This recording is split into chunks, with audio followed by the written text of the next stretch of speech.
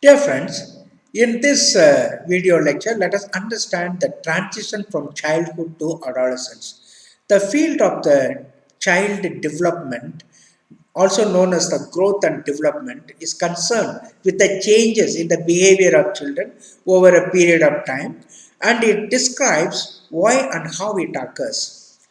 Growth refers to the organic changes, and it is usually quantitative in nature. Development refers to functional or non-organic changes, and it is usually qualitative in nature. The development of a child takes place through various stages. Each stage has a close relationship to other stages and has its own unique characteristics. The major stages of human development are prenatal period, infancy period, early childhood, middle childhood, adolescence, and adulthood. The two stages, namely middle childhood pertaining to 6 to age 12 years, also known as the school years, and adolescence, are very crucial stages. What is the meaning of middle childhood? The school years. The period extends from age 6 to age 12 years.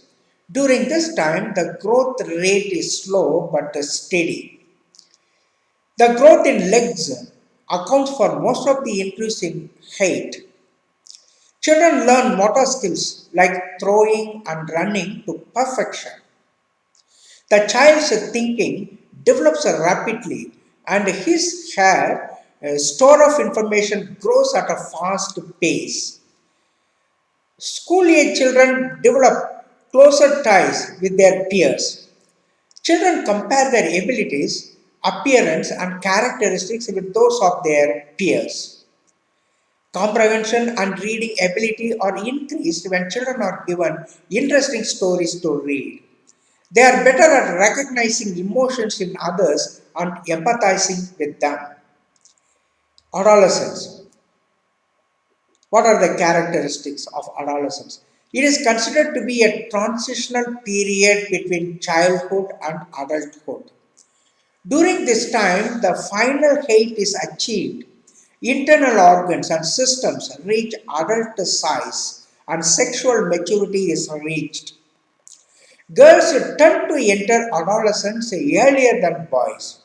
The children develop the ability to think in abstract terms. Psychological disturbances are relatively more common during adolescence because of the stresses and conflicts that arise during this time. According to Erickson, each stage of human development is manifested by a specific crisis or conflict between competing tendencies. Individuals have to negotiate each of these stages smoothly in order to have normal, healthy development. During the transition from childhood to adolescence, the individuals have to assimilate various roles into a consistent self identity. If they fail to do so, they may experience confusion over who they are. Indeed, adolescence represents one of the greatest of these periods of crisis. In fact, it is a stage of stress, strain, and storm. It brings many ambiguities in life. During this phase, one really does not know where he or she stands. It is believed that this uncertainty about one's role causes many conflicts. It is a well known fact that delinquency rates soar during the period of adolescence, that suicides become increasingly prevalent, that drug and alcohol addiction may have their beginning, and that much general happiness exists. Adolescence is also a period when satisfactory heterosexual adjustment are facilitated or hindered, when career is planned and philosophies of life are molded. Adolescence is both biological and social in nature. The beginning of adolescence is marked by biological changes in girls and boys. As a matter of fact, just before puberty, there occurs what is known as pre adolescent growth spurt. It takes place in girls mostly during the age of 9 to 12 years and in boys between 11 and 14 years of age. During this period and following shortly thereafter, the secondary sexual characteristics emerge. In girls, there is typically a rounding out of the hips, breast development, appearance of pubic hair, and menstruation. In boys, some of the secondary sexual characteristics that mark the beginning of adolescence are appearance of pubic hair, facial hair, and change of voice. These changes are biologically induced. Adolescence for both girls and boys is marked largely by social changes.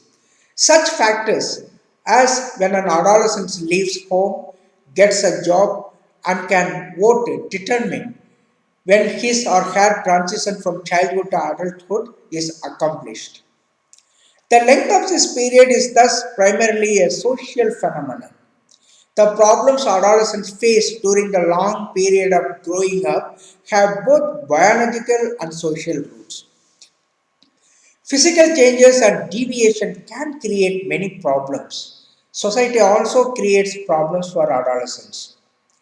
Adolescents in Western societies behave differently than adolescents in Eastern societies owing to varying social norms, expectations, and family structure.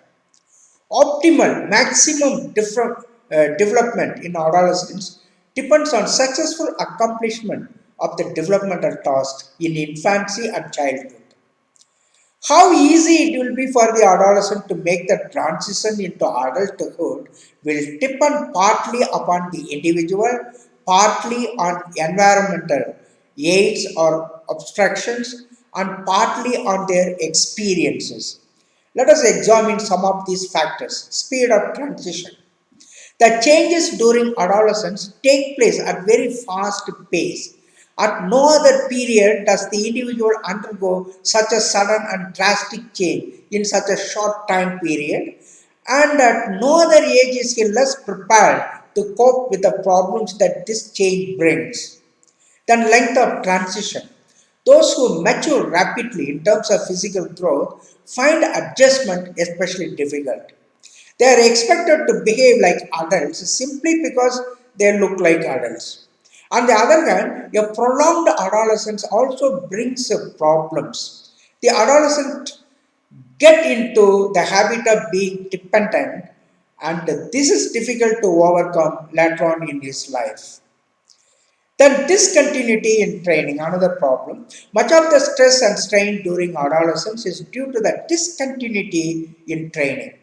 For example, the assumption of responsibility during adolescence is difficult because the child has so far been trained to be dependent and submissive.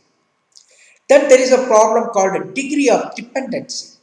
How dependent the young adolescent will be is determined mainly by the kind of training he or she received during childhood.